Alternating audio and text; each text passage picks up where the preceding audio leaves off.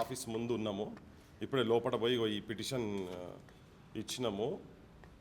విషయము మీకు ఒక్కసారి బ్రీఫ్ చేసిన ఏంటంటే, ఒక తప్పుడు కేసు, ఒక దొంగ కేసు అనని మాటను అన్నట్టుగా చిత్రీకరించి ఆంధ్ర పోలీసు వాళ్ళు తెలంగాణ జర్నలిస్టు మీద ఒక కక్ష సాధింపు చర్యగా బుక్ చేసి బొబ్బిలిలో సేమ్ జర్నలిస్ట్ను అంతకుముందు కర్నూలులో కూడా ఒక తప్పుడు కేసు బుక్ చేసి 3rd డిగ్రీ టార్చర్ చేసి మళ్ళీ ఇంకో కేసు బొబ్బిలి ఎక్కడో విజయనగరం జిల్లాలో బుక్ చేసి అక్కడి నుంచి 2.5 నెలల కింద తనను అరెస్ట్ చేసేందుకు ఇక్కడికి వస్తే అసలు అనని పదాన్ని నువ్వు ఎట్లా అన్నావా అని చెప్పి తన పోలీసులతో మేము వారించినాం.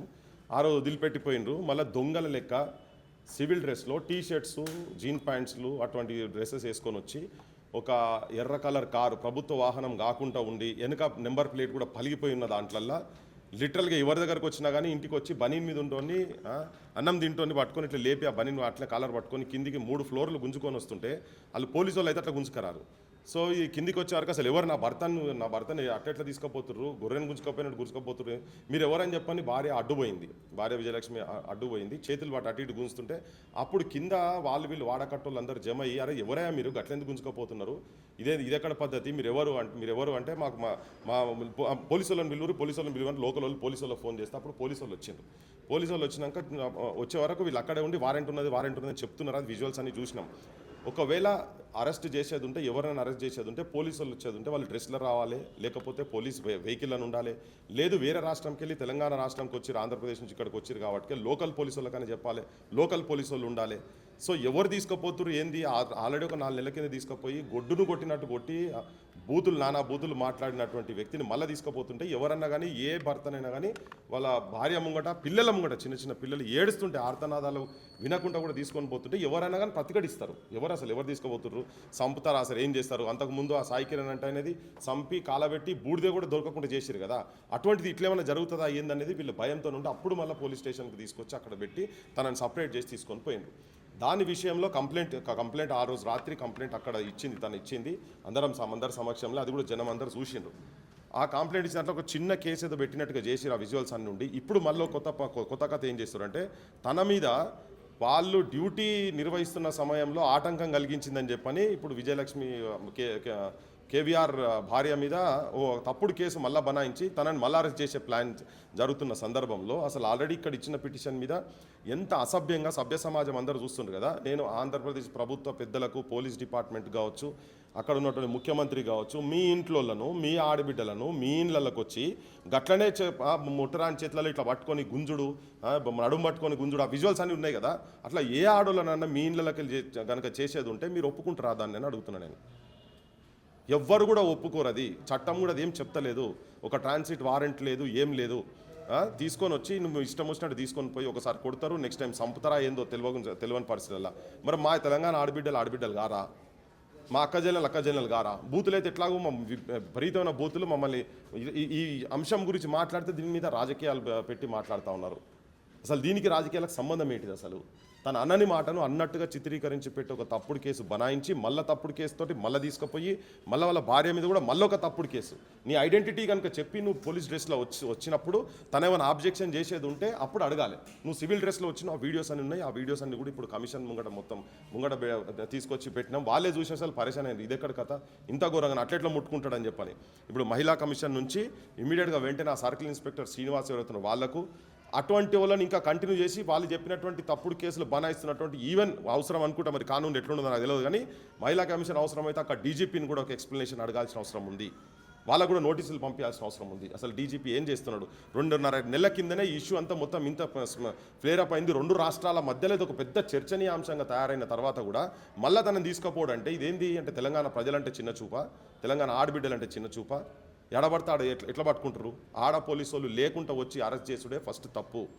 అన్ని తప్పులే, మొత్తం ఈ కేసుకు సంబంధించినటువంటి ప్రతీదీ తప్పే ఉన్నది. ఇలా ఇది సేద్యం చూసినట్టుగా, ఏదో నుమాయిష్ ఎగ్జిబిషన్ చూసినట్టుగా ఇక్కడ ఉన్నటువంటి హోంమంత్రి ముఖ్యమంత్రి రేవంత్ రెడ్డి కూడా సేమ్ పట్టనట్టుగానే ఆయన బిహేవ్ చేసుడు. సేమ్ వాళ్ళ జిల్లాకు సంబంధించినటువంటి వ్యక్తి, సేమ్ సామాజిక వర్గానికి సంబంధించిన వ్యక్తి, ఆ సామాజిక వర్గం వాళ్ళు బొచ్చడు మంది మంత్రులు ఉన్నారు. నేను వాళ్ళని కూడా అడుగుతున్నా, మరి మీకేం అనిపిస్తలేదా, మీకేం సోయి అనిపిస్తలేదా? మా బొట్టులో బట్టి తిరుగుతూ ఉన్నాం కదా. మీరు వెంటనే ఈ ఇష్యూని అసలు తీసుకొని టేకప్ చేసి ఒక్కరు కూడా మాట్లాడలేదు దీని మీద ఇప్పటిదాకా. ఇది ఎక్కడ అన్యాయము, ఇంత ఘోరము. ఒక ఆడబిడ్డ, తెలంగాణ ఆడబిడ్డ మీద చేయబడ్డ తర్వాత కూడా చూసుకుంటా ఇంకా మీరు తమాషా చూసినట్టు డ్రామాలు చూస్తారు కదా. మీరేం మనుషులే అసలు? మీరు తెలంగాణ బిడ్డలు అయితే అసలు అనాలంటే మాకే సిగ్గు అనిపిస్తుంది. మీరేం ఎమ్మెల్యేలు, మీరేం మంత్రులు, మీరేం క్యాబినెట్, మీరేం రాజ్యం నడుపుతున్నారు? అందులో ఉన్నటువంటి మంత్రులను కూడా అడుగుతున్నాను నేను. మీరెక్కడ పోయారు?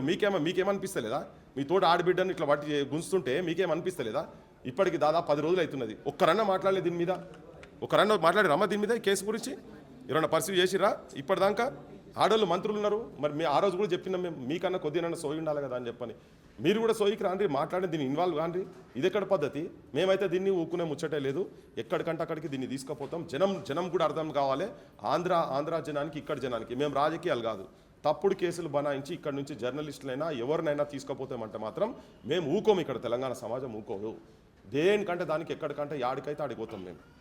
ఈంట్ కా జవాబ్ పత్తర్ సే దేంగే, పత్తర్ కా జవాబ్ బారూద్ సే దేంగే అనేది ఉంటుంది తెలంగాణలో. మేము తప్పు చేయనప్పుడు, ఒకవేళ తప్పు చేసేది ఉంటే, మాట నిజంగానే అనేది ఉంటే మీరు ఎట్లయినా తీసుకుపోయినా ఆ రోజు చెప్పినాం, ఈరోజు కూడా చెప్తున్నాం. కానీ తప్పుడు కేసులు బనాయించి చేస్తారు కాబట్టి బరాబర్ అమాయకుల మీద కేసులు పెట్టి మీరు శిక్షిస్తా అంటే తెలంగాణ సమాజం ఊకోదు. ఈవెన్ ఆంధ్ర వాళ్ళకు కూడా, ఆంధ్ర సామాన్యమైన జనానికి కూడా చెప్తున్నాం, మీ ఇంటి ఆడబిడ్డల మీద కూడా ఇట్లా తప్పుడు కేసులు బనాయించి తీసుకపోతే మీరు ఒప్పుకుంటారా?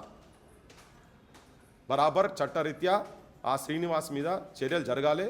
ఇటువంటి మళ్ళీ జరగకుంటుండేటందుకు కమిషన్ అవసరమైతే ఇక్కడ డీజీపీకి, అక్కడ డీజీపీకి మెసేజ్లు పెట్టాలి. అవసరమైతే వాళ్ళని పిలిపించుకోవాలి, వాళ్ళతో మాట్లాడాలి. తన సిఐని సస్పెండ్ చేయాలి, రిమూవల్ ఫ్రమ్ సర్వీస్ కూడా చేయాల్సిన అవసరం ఉన్నది. వాళ్ళు ఎట్లా వాళ్ళ ప్రొసీజర్స్ ఎట్లా తీసుకుపోవాలి. తర్వాత కేవీఆర్ కుటుంబానికి, ఇంట్లో కూడా రక్షణ కల్పించాలి. ఇంట్లోలను కూడా చిన్నపిల్లలను కూడా అసలు వాళ్ళు బడికి పోవాలంటే కూడా ఇట్లా వాళ్ళకు ఒక పీడకల లెక్క జమ ఉన్నది. కుటుంబం మొత్తం డిస్టర్బ్ అయిపోయింది కంప్లీట్గా. ఇప్పుడు ఆయన జైలు ఉన్నారు, బయట ఉన్నోళ్ళేమో ఇట్లా ఇబ్బంది పెడుతున్నారు. వాళ్ళను కూడా కాపాడాల్సిన అవసరం ఉన్నది. మానసికంగా వాళ్ళ మీద ఈ ఒత్తిడి లేకుండా చూడాల్సిన బాధ్యత ముఖ్యమంత్రి రేవంత్ రెడ్డి మీద, హోమ్ మినిస్టర్ రేవంత్ రెడ్డి మీద ఉన్నది. నువ్వు ఆ ముఖ్యమంత్రితో మాట్లాడతావా, ఏం మాట్లాడతావో నేను ఇంతకుముందు కూడా చెప్పిన అమరుల స్తూపం దగ్గర. ఒకవేళ ఆయన అన్నట్టు కనుక నువ్వు ప్రెస్ మీట్లో పెట్టి కనుక చూపిండ్రి. సాటర్డే సండే వస్తున్నారు కదా చంద్రబాబు, ఇవన్నీ రేపు ఎల్లుండి సాటర్డే రోజు వస్తారు కదా ఇక్కడ, అక్కడ ముఖ్యమంత్రి ఉప ముఖ్యమంత్రి ఇక్కడికి వస్తారు కదా, చూపిండ్రి. కేవీఆర్ కనుక ఆ బూతు మాట మాట్లాడి కనుక చూపించేది ఉంటే మేము అందరం ఆగిపోతాం. అవి మేము ఆల్రెడీ చూపించినాం, అవి అనలేదు. మరి ముఖ్యమంత్రి నీకు కూడా చెప్పినాం, నువ్వనే చెప్పవా, మరి నువ్వన్నా చూపి అని చెప్పాను. ఎట్లా తీసుకోపోతారు ఇక్కడికి వెళ్ళి? ఇప్పటిదాకా దాని గురించి మాట్లాడతలేరు. రేవంత్ రెడ్డి జనం చూస్తున్నారు. నువ్వు ఎవరి చేతులు ఉన్నావు, ఎవరి చేతులలో కీలు బొమ్మ అయి ఉన్నావు, ఎవరు ఆడిపిస్తే తోలు బొమ్మల ఆటలు ఆడుతున్నావో జనం చూస్తున్నారు. తెలంగాణ ఆడిబిడ్డ మీద జరిగినటువంటి అవమానాన్ని తెలంగాణ ప్రజలు సహించే పరిస్థితి లేదు. నీకు దీనికి బరాబర్ జవాబు ఉంటుంది తెలంగాణ ప్రజలకెళ్ళని చెప్పి నేను మీకు విజ్ఞప్తి చేస్తున్నాను.